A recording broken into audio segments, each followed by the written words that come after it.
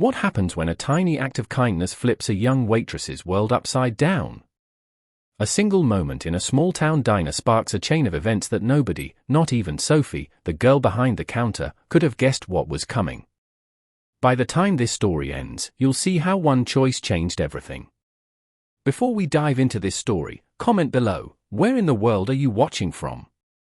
Hit the subscribe button and turn on notification bell.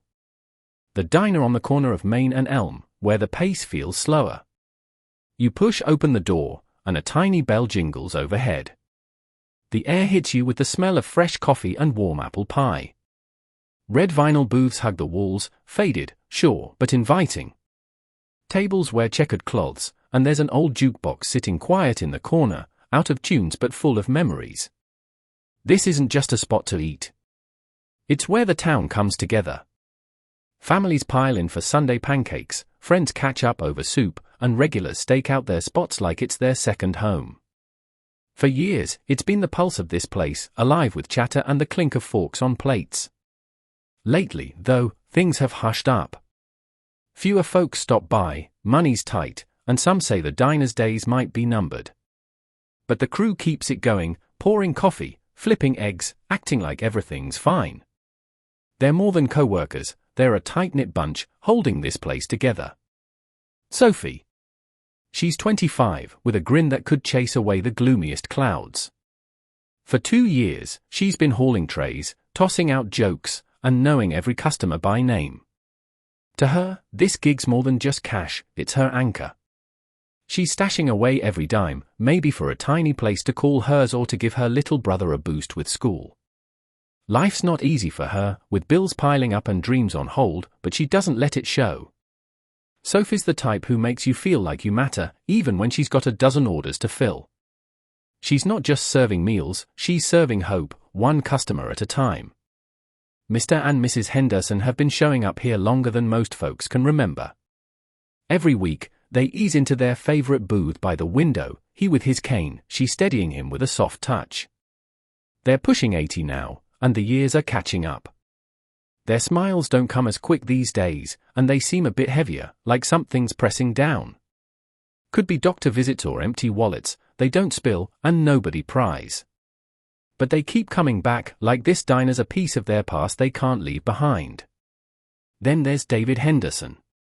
You hear his name more than you spot him. He's the Henderson's boy, off in the city for years chasing a big job. Now he's back, they say, calling the shots at the diner from a distance. Folks peg him as a numbers guy, smart, straight to the point, less about the old days and more about the bottom line. He's the new boss, but to the staff, he's still a stranger. They're all wondering. Is he here to save this place or shut it down? It's a quiet Tuesday afternoon at the diner, the kind where time drags and the clink of dishes feels like background music. Sophie's moving between tables, wiping them down, her thoughts drifting to her evening, grabbing some groceries, tackling laundry, maybe sneaking in a nap. The doorbell chimes, and there they are, Mr. and Mrs. Henderson, right on time. They head to their usual spot by the window, and Sophie's already reaching for their menus, even though they never need them. Soup and sandwiches, she asks, tossing them a smile. They nod, but it's not their typical nod. Mr. Henderson's hands twitch a little, and Mrs. Henderson's smile feels forced, like it's painted on. Sophie notices, but she doesn't push. Maybe they're just having an off day. They eat in near silence. No chatter about the day, no teasing about the soup being too hot. It's strange, but Sophie keeps busy, refilling coffee for another table. When they finish, Mr. Henderson reaches into his jacket, and stops. His hand stays there, empty. He pats his pockets, his face flushing. "Oh no," he says, just loud enough to carry. Mrs. Henderson turns to him, then to Sophie, her voice wobbly. "I think he forgot his wallet at home. We're so sorry, we'll come back with the money, we promise." Her words rush out, and Mr. Henderson sinks in his seat, looking smaller than usual. Sophie catches it all, their red faces, the way they can't meet her gaze. It's only $20, but to them, it's everything right now. She glances at her apron where her own wallet sits.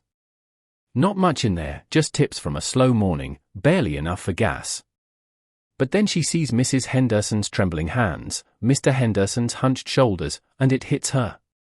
"Don't worry about it," she says, keeping her tone light. "I'll cover it today. You can get me next time." She pulls the cash from her apron, rings it up, and shrugs like it's no trouble at all. Truth is, it stings a bit. That $20 was half her gas money, and she's already counting pennies to get through the week. But their embarrassment cuts deeper than her tight budget. She can't let them walk out feeling like that. "Seriously, it's okay," she says as they try to argue. Mrs. Henderson's eyes get watery, and she reaches for Sophie's hand. "You're too good to us," she whispers, her voice cracking. Mr. Henderson nods, blinking hard. "We'll remember this," he says, like it's a promise he's carving in stone. They leave, heads a little higher, and Sophie feels a small glow inside, even with less cash in her pocket. The next day, the diner hums along like always, forks scrape plates, coffee splashes into mugs, voices blend into a soft roar. Then the door swings open, and in walks a man who doesn't fit. His suit's sharp, dark, pressed, nothing like the faded jeans and flannel around here. His shoes tap the floor, loud and sure, cutting through the noise. Heads turn, but only for a second. Regulars shrug and dig back into their food. The staff, though? They're rattled. He doesn't stop to sit. He strides past the counter, straight to the manager's office, and shuts the door. The air shifts. Something's up. Soon, the whispers start. "Who's that guy?" "Been in there all morning," a cook says, flipping a burger without looking. "Heard he's the new owner," a waitress shoots back, stacking plates. Nobody knows him, though. The words bounce around, quick and quiet. Sophie hears it all but keeps moving, wiping tables, refilling cups. She's got her own work to handle. No time to guess about some stranger in a suit. Still, her ears catch the chatter, and a tiny knot forms in her stomach. What's he doing here? Hours pass, and the lunch rush fades. The diner settles into a lazy hum. Then the office door creaks open. The man steps out, his eye sweeping the room. They land on Sophie. She's clearing a booth, hands full of dirty dishes, when he walks over. "You're Sophie?" he asks, voice calm but firm. She straightens, nearly dropping a plate. "Yeah, that's me." He nods, like he's checking something off a list. "I'm David. I own this place now." Her breath catches. "Owner?" Her mind scrambles. Did she do something wrong? David tilts his head toward an empty corner. "Can we talk?" Sophie's heart thumps. She sets the dishes down, wipes her hands on her apron, and follows him. The other staff sneak glances, but nobody says a word. She sits across from him, hands twisting in her lap. "I heard about yesterday," David starts, his tone shifting, softer now. Sophie's stomach drops. "Yesterday?" He nods. "My mom and dad, older couple, come here a lot. You paid for their meal." Her eyes widen. "They're your parents?" "Yeah," David says, leaning back. "They told me everything. Said they forgot their cash, and you stepped in. Didn't even blink." Sophie shifts in her seat. "It wasn't a big deal. They're nice people. I didn't want them stuck." She waits, bracing herself. Is this a scolding? A warning? But David's face doesn't harden. Instead, he smiles, just a little. They've had a hard year. Bills piling up, doctor visits. What you did meant more than you think. Sophie blinks, unsure what to say. "I'm just glad they're okay." David sits up straighter, his eyes locking on hers. "Here's the thing. I'm looking for an assistant manager. Someone who gets this place, who cares about it. After what you did, I think that's you." Sophie's mouth falls open. Me. Her voice squeaks. I'm just a waitress. He shakes his head. You're not just anything. You showed heart. That's what I need here. Her head spins. Assistant manager? She's been pouring coffee and hauling trays for years, never dreaming of more. I don't know what to say, she mumbles. Say yes, David says, his grin widening. It's a chance to do more, make this diner better. You're already halfway there. Sophie stares at him, the word sinking in. A chance. A real one. Her lips twitch, then spread into a smile. Okay. Yes. I'll do it. David nods, satisfied. Good. We'll figure it out soon, pay, hours, all that. For now, just keep being you. He stands, leaving her sitting there, heart racing. She's not just a waitress anymore. Not today. David heads back to the office, his steps light. Sophie stays put, staring at the table where his parents always sit. It's empty now, but she can picture them, grey hair, warm smiles. She did something small, and it turned into this. A laugh bubbles up, quiet and shaky. The diner feels different now, like it's holding its breath, waiting for what's next. She stands, smoothing her apron, ready to finish her shift. But it's not the same shift. Not anymore. David's not done. He's got ideas for this place, big ones, and Sophie's part of them. He hasn't told her everything yet, but he will. That kindness she showed? It's about to ripple further than she knows. The diner's on the edge of something new, and she's right at the center. For now, though, she's got tables to clear and a future to wrap her head around. The diner hums along a few days later, finding its familiar pace. Sophie still settling into her new role, her mind buzzing with ideas, maybe a brighter coat of paint or a new dish to tempt the regulars. The door swings open, that little bell chiming, and in walk Mr. and Mrs. Henderson. They're back for their usual booth, but today they're different, beaming, almost glowing. Sophie catches their eye and waves, feeling a warmth spread through her. Hey, good to see you both. The usual. Mrs. Henderson nods, but then reaches into her bag, pulling out a crisp $20 bill. She presses it into Sophie's hand. This is for you, dear, she says, her voice steady. We owe you. Sophie shakes her head, trying to give it back. No, really, you don't have to. It was no trouble. But Mrs. Henderson won't hear it. She steps closer, her eyes shining. You've given us more than a meal, dear. That day, you gave us something we didn't even know we needed, someone who cared. Her words hang there, soft but heavy. Mr. Henderson shifts beside her, his gruff voice breaking through. Heard about your promotion, Sophie.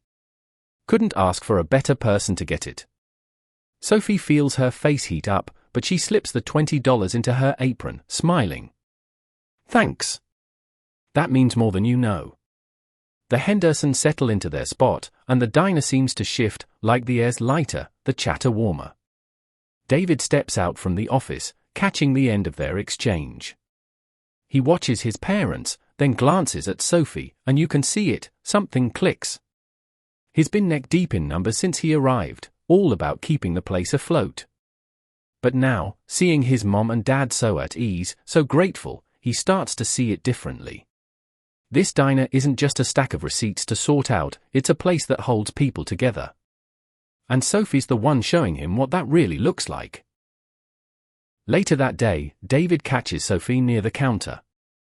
I've been turning something over, he says, his voice softer than before, less clipped. I came here thinking it was all about the money and making it work, keeping the doors open. But I got it wrong. This place is about them. He nods toward his parents' booth. The people. You showed me that. Sophie tilts her head, caught off guard. Me. He gives a small nod.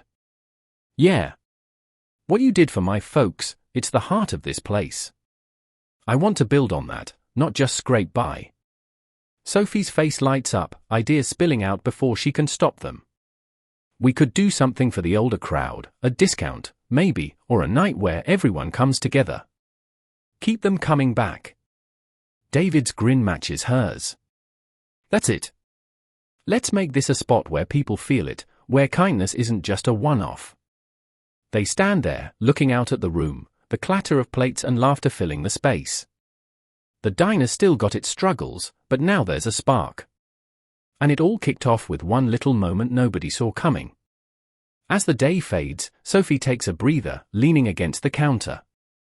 The last few customers head out, leaving the place quiet. She pats the $20 in her apron, a tiny keepsake of how one choice rippled out. She's not just pouring coffee anymore, she's part of something real. And the funny thing? She didn't set out to change anything.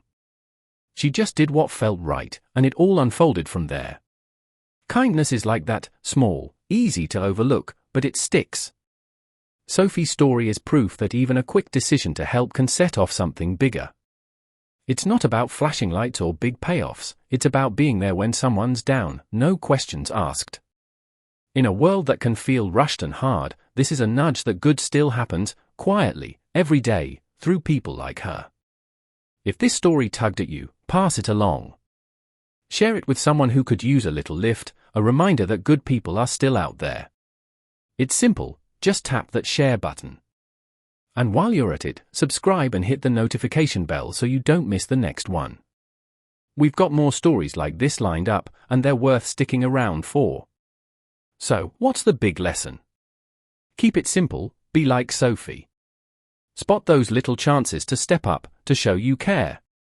You can't always see where it'll lead, but that's the point, it might just go further than you think. Maybe one day, it'll circle back to you in a way you'd never guess. That's all for now. Thanks for hanging out with us. Catch you next time.